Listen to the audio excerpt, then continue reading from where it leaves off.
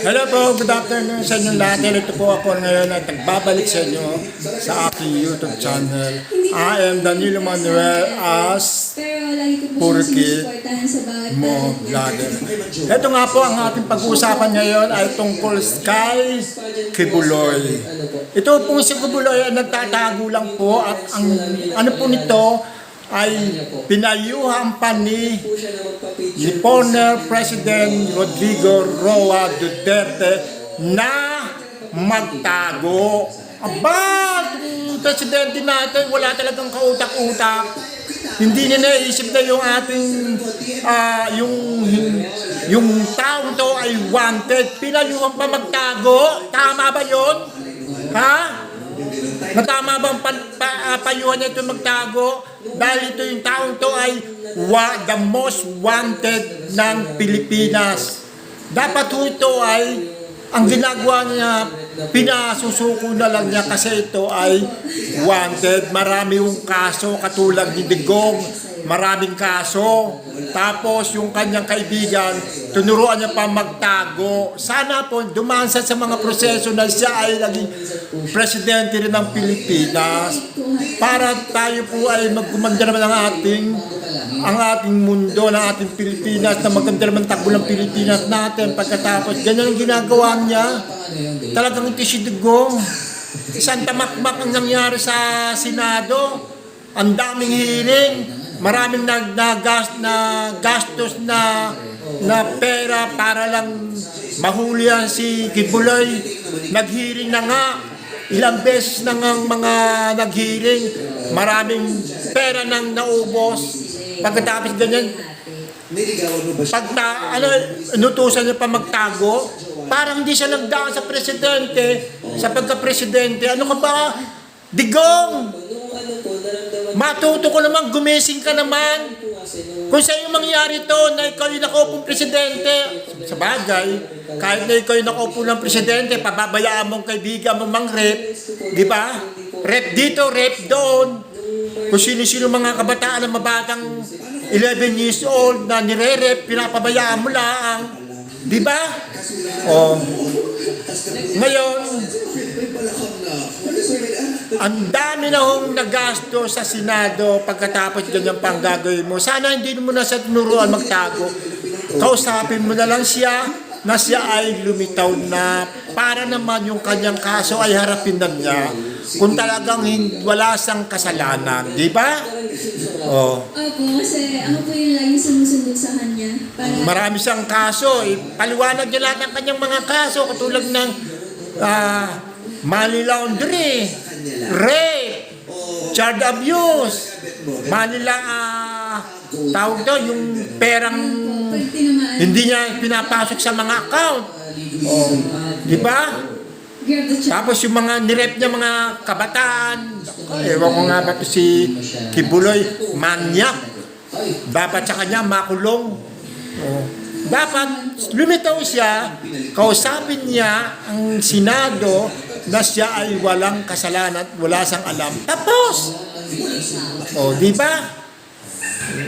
Tapos sasabihin niya, ako ang inyong kaharian, ang universe of, naku, ganyan-ganyan sinasabi.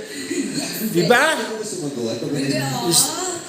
Pipindutin ko lang ang vibrator para lumindol. Pipindutin ko lang para hindi magkamerong traffic, ganyan-ganyan. At kayo ay dadaan sa akin para kayo ay, kung sakasakali kayo mamamatay, dadaan kayo sa akin. Tama ba yun? Ano siya? Anak ng Diyos? Hindi! Anak siya ng demonyo! Talaga nga naman si Kibuloy. Dapat sa kanya ay, tapos ang sinabi pa niya, paraan nila na daan nyo yan sa kasong sa Pasig para kung saan man yan ay kung ano man lumabas ay susuko siya. Oh. Tapos ginawa naman nila, nagtago pa rin siya. Tama ba yan? Hindi yan tama. Ang dapat sa kanya ay talagang sumuko na siya para wala na madami ng mga tao. Tapos mga di sa Davao, di sa kanyang masyon, ginagamit pa yung mga tao na yung mga kabataan, yung mga batang walang kamuang-muang na masasaktan, di ba? Na-achieve mo yung guide na gusto mo. Sa kanya lang po. Kasi tatlo lang po yung... Pagkatapos eto pag-usapan po natin, yung tatlong Duterte na puro mga itlog, lalaban daw ng Lalo-lalo kayo na. senador. Sige nga, kayo ba ay sang-ayon na kayo na manalo yan? Yung si Digong at si Paulo at saka si Baste? Ako, hindi ako sang-ayon. Dahil yan ay gagawa sila ng masasama. Lalo-lalo na si Digong.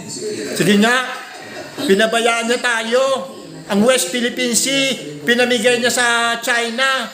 Lahat ng kalat niya, si Ferdinand Marcos lang ang nag-ayos. Yung mga kalat niya, si Ferdinand Marcos lang ang naglinis. Katulad ng mga pogo. Sige nga, marami pala siyang mga kunulimbat na kunuwang lisensya ng mga pogo. Pagkatapos si Ferdinand Marcos pa ang naglilinis ng kanyang mga dumi, mga sukal niya. Di ba? Tama ko, mali. Pagkatapos, lalaban siya ng senador. 21. I'm sure hindi na siya mananalo. Plus officer, Hindi na siya. Wala na dapat nang magtiwala sa kanya dahil siya is luklukan ng sinungaling. Baka mamaya, ibenta lang niya ang Pilipinas. Nung grade 7 po, kasi hindi naman po talaga siya tumatagal. Dapat lang kay Ferdinand Marcos sa ating Pangulo, maging tuloy-tuloy ng kanyang pagka-presidente hanggang 25 years na katulad ng ang kanyang ama. Tapos sasabihin niya yung si Ferdinand Marcos magtrabaho. Bakit nagtrabaho ka ba? Yung ikaw nakaupo? Di ba? Puro pagnanakaw rin ang ginawa mo. Si Marcos, hindi yan magnanakaw dahil yan ay mayaman. Dahil ang network niya, ang sayan niya, napakalaki. 400 billion ang kanyang perang account. Hindi yan magnanakaw. Yan ho. Tapos meron niyang sweldo sa vlogger. Magkano sweldo niya sa vlogger? Baka mga 500,000 a month. Oh. Pinapalagpas na laban ko na wala. Nagawa ba ni Digong yan? Hindi. Di ba't nangungulimbat lang, nagnanako lang kamungan sa DOH, dinako lang niya yung pera. Magkano kinulimbat niya? Ayan ang ebidensya. Si Harry Duque, si Duque, si Dr. Duque, si Secretary Duque ang nagpatunay. Oh. Diba? Tapos sasabihin niya magtrabaho ka. Kasi pag na-stock yan, minsan namumukha. Kahit hindi niya magtrabaho si Ferdinand Marcos, tutulungan namin siya. Tutulungan namin siya magtrabaho para kahit kami maging bayani. Di ba?